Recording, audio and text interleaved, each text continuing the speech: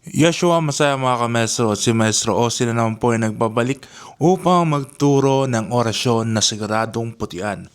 Ang ating pagtuturo ngayon ay orasyon pambaklas ng kulam. Orasyon pangontra kung may karga ka man o meron ka mang dinadamdam sa katawan na gawa ng kulam o pangungulam. Ito po ang orasyon na solusyon sa gagawin sa sakit mo spiritual na kulam. Ang kailangan lang po dito ay bibigkasin natin ng 7 beses at ihip natin sa dibdib. So, narito po ang orasyon mga kamestro. Usalin natin ng 7 beses. Yan. Lumanum, lumanum, lumanum, lumanum, lumanum, lumanum, lumanum. Tapos, ihip sa dibdib. Isang beses lang, hindi pa cross, direkta lang.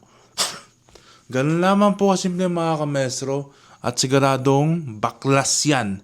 Ang mangyayari sa inyo, pwede kayong kilabutan, pwede kayong lumighay, mag-burp, pwede kayong magsuka, isuka, pwedeng maglaway, may jingle, mapunta sa CR, alam niyo na yon.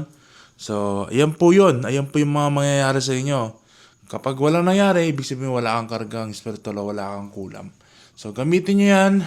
Kung manggagamot ka man, o tumutulong sa kapwa-tao sa espiritu nang manggagamot ka, pwede mong idagdag sa arsenal mo yan. O dagdag sa data mo yan.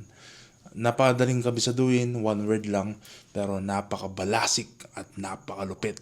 Salamat mga kamesto. Kung may mga gusto ko yung share na, gusto ko yung na i-request na orasyon na kailangan nyo, feel free na mag-comment lang dito at malay mo, yung orasyon na request mo ay may turo ko. Salamat mga kamesto.